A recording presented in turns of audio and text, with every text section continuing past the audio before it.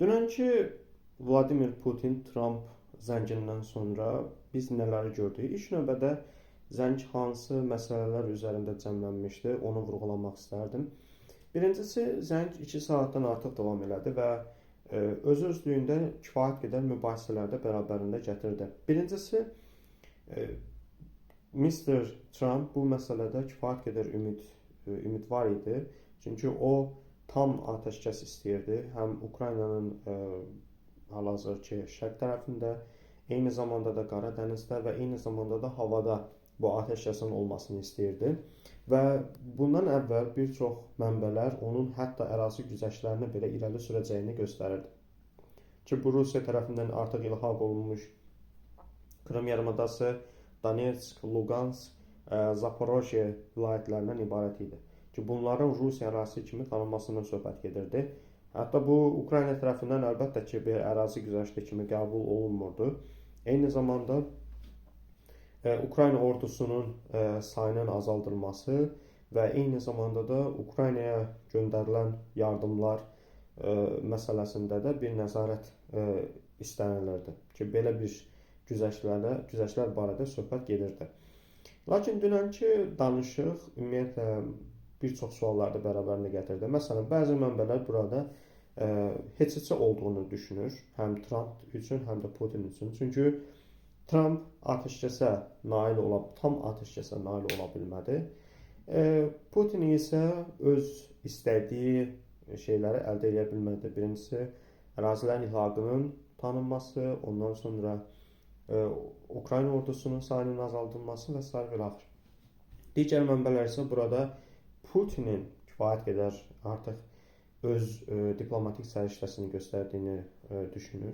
Yəni, düşünürlər ki, Trumpın tam atəşkəsə nail olmaq istəyinin qarşısını aldı.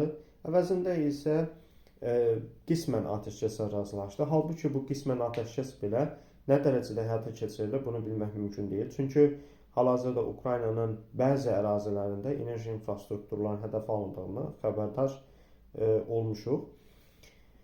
Və bu məsələ xüsusilə Avropa üçün də kritik önəm kəsb edir. Çünki Avropa tərəfi tam atəşkəsin nail olmasını istəyirdi. Amma bir tərəfdən də bu Ukrayna üçün də hansı nəticələr gətirib çıxaracaq, bu barədə də maraqlı idi. Çünki ərazi güzəştlərinin edilməsi, ondan sonra və s. və axır bu Rusiya ordusu üçün hansı mənanı daşıyırdı? Çünki bir çoxlar düşünür ki, yəni bir çox Avropa ölkələrində düşünürlər ki, bu atəşkəs sadəcə Rusiyanın işinə yarayacaqdır. Çünki bu müddət ərzində Rusiya ordusu öz imkanlarını yenidən səfərbər eləyə biləcək və hücumu daha da aqressiv formada həyata keçirə biləcəkdir.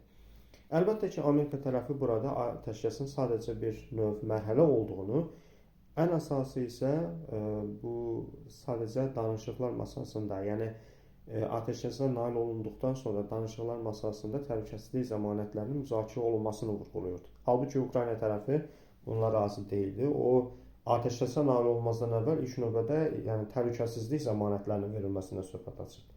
Hətta biz Oval kabineti bu Zelenski ilə Trump arasındakı mübahisənin də şahidi olduq.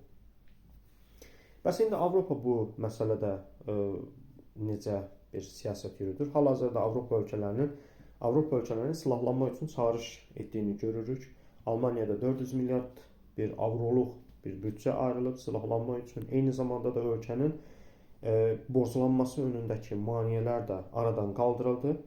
Bu silahlanma üçün daha çox maddi vəsaitin sərf edilə biləcəyini göstərir. Amma Alman ordusunun hal-hazırki problemləri ilə bağlı DW-da söylənilən bəzi fikirlər var. Bu Alman ordusunda hal-hazırda struktural problemlərlə bağlıdır. Əhali azalması fonunda, yəni tam səfərbərlik olsa belə Alman ordusunun Rusiyaya qarşı çıxa biləcək bir gücdə olub-olmaması sorğulanır. Bundan başqa Almaniyanın özündə də bəzi problemlər var. Əvvəlki videomdan da qeyd etdiyim kimi, yəni Almaniyada sağ yönümlü partiyaların yüksəlişdə olduğunu görürük.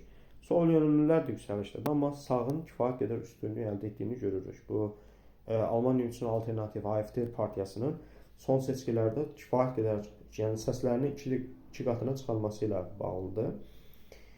Və AFD-nin Ukrayna ilə bağlı yəni yanaşması kifayət qədər fərqlidir. Hətta Avropa Birliyi ilə bağlı yanaşması kifayət qədər fərqlidir. Bəs Avropa Birliyi əslində Ukrayna üçün bu qədər çaba göstərməsinə rəğmən onun Rusiya ilə münasibətləri doğrudan da tam bir düşmən kimidirmi? Yəni burada baxsaq görərik ki, Avropa ölkələrinin qaz alışı, enerji alışı Rusiyadan, enerji asılığı hələ də davam edir. Hətta ilkin nəticə, yəni indiki məlumatlara görə dekabr ayının daha çox enerji istehlakından söhbət gedir. Əlbəttə ki, bu Rusiyanın işinə yarayır və müharibəni daha da uzun müddət davam etdirməsinə şərait yaradır. Bəs Almaniya məsələn, indi doğrudan da bu Avropa ölkələri Rusiyaya qarşı tətbiq etdikləri sanksiyaların arxasında dururlarmı? Məsələn, Almaniyanın tez-tez Almaniya ilə bağlı Baltik dənizində kölgə gəmilər var. Bunlara nəzarət edilməsini, ondan sonra Mərkəzi Asiya ölkələri vasitəsilə Rusiya ilə əlaqələrin dayandırılması və eyni zamanda da Rusiyaya qarşı tətbiq olunan sanksiyaları tam mənasıyla dəstəkləməsi tələb olunur. Amma bəlli başlı bunu demək lazımdır ki, Avropa ölkələrinin enerji asılılığı var və bu kifayət qədər çox ciddi bir problem olaraq qalır onlar üçün.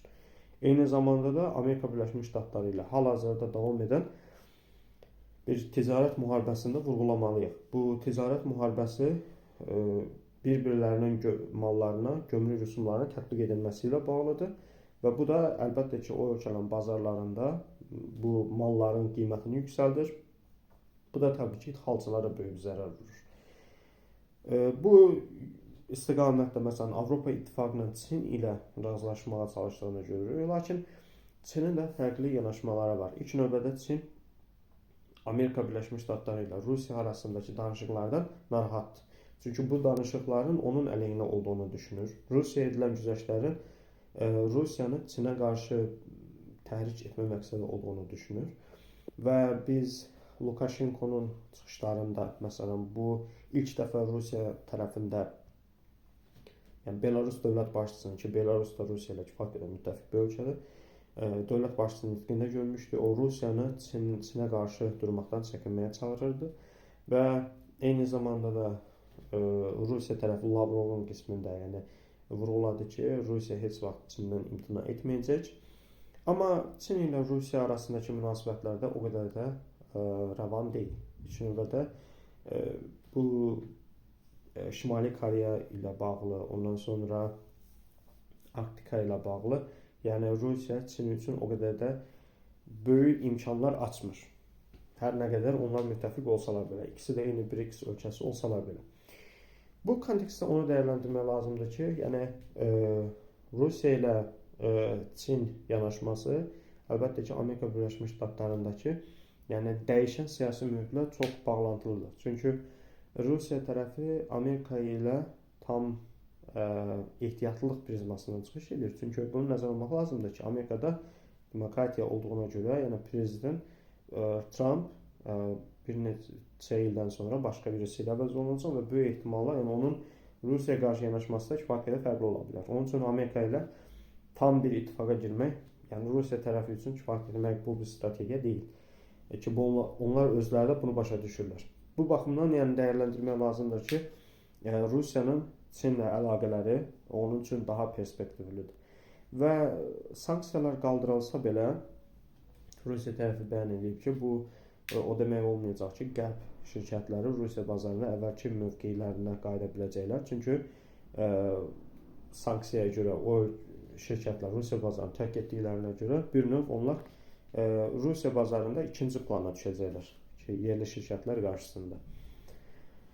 Sanksiyalar Rusiyanı zəiflədirmi?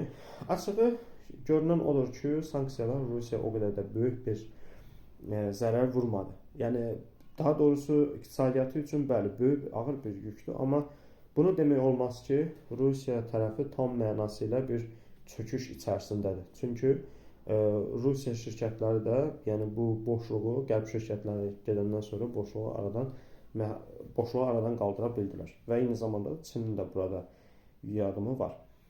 Bu kontentlərin davam etməsini istəyirsinizsə, bizə iyanə eləyə bilərsiniz.